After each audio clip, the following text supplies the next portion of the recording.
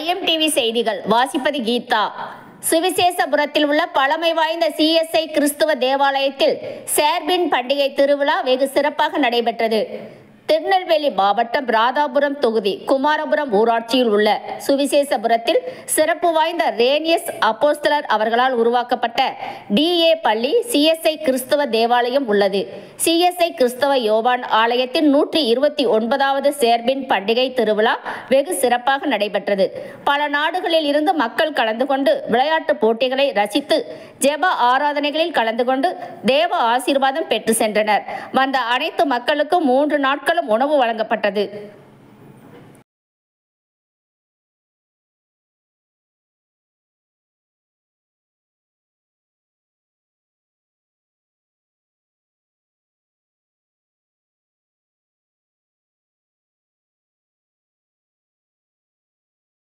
நன்மைகளை எண்ணி ஆண்டவரை துதிப்பதற்கு கொடுக்கப்பட்ட ஒரு விசேஷித்த ஆராதனை.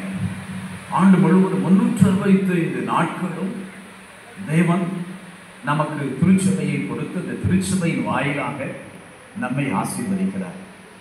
இந்த தேசம் எப்படி ஆசீர்வதிக்கப்படுகிறது, இந்த மாநிலம் நம்மை சுற்றி இருக்கும் மக்கள் எப்படி ஆசீர்வதிக்கப்படுகிறார்கள் என்று நீங்கள் வேதத்தின் ஆழத்தை ஆய்ந்து பார்த்தால், எங்கே ஆண்டவருடைய பிள்ளைகள் இருக்கிறார்களோ அவர்கள் நிமித்தம் ஆசீர்வதிக்கப்படுகிறார்கள்.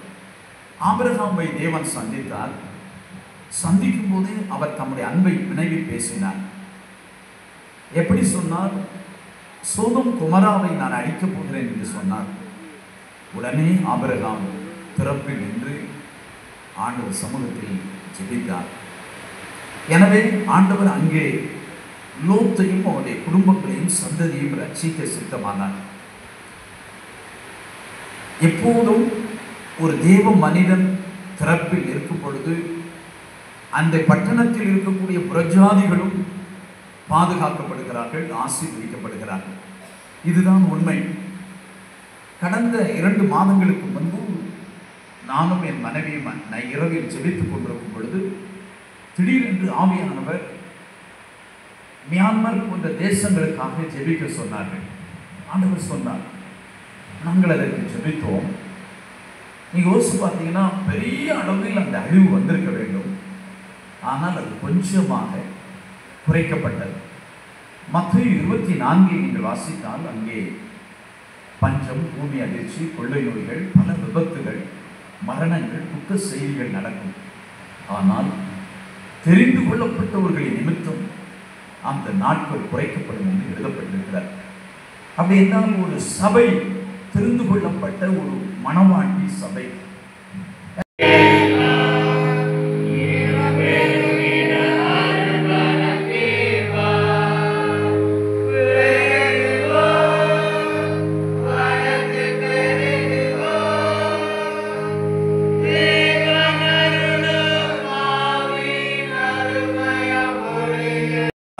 தோத்திரம், ஆசிரியர் பெருமக்களுக்காய் தோத்திரம், அரசு சார்ந்த தனியார் நிறுவனங்களில் பணி செய்யும் அத்துணை பிள்ளைகளுக்காய் தோத்திரம் செலுத்துகிறோம். எல்லா நிறுவனங்களையும் ஆண்டவரை, மருத்துவமனை ஆசீர்வதியும் ஆண்டவரே. எல்லா சபை ஊழியர்கள், ஆலய பணியாளர்கள், போதகர், அவருடைய குடும்பங்கள், அத்தனை கமிட்டி உறுப்பினர்கள், தன்னார்வமாய் நின்று வேலை செய்யும் அத்தனை பிள்ளைகள் மேலும் தெய்வீக ஆசீர்வாதம் இயேசுவின் நாமத்தில் இப்பொழுது ஒவ்வொருவர் மேலும் இறங்கி வருவதாக.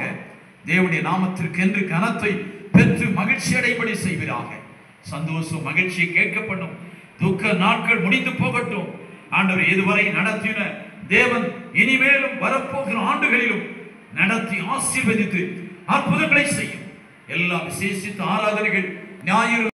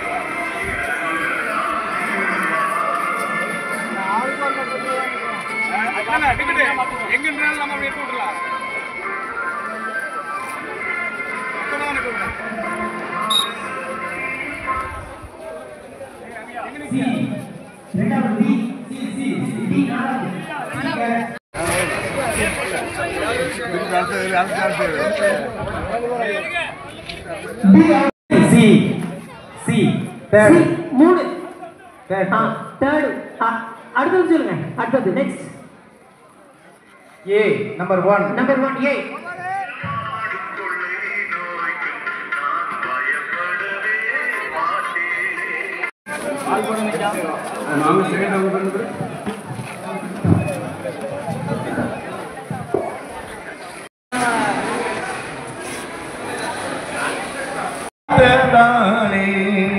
நிற்கப்பட்டு மடிந்தாமல் கத்தராமை காத்ததாலே அவர் நல்லவர் அவர் வல்லவர்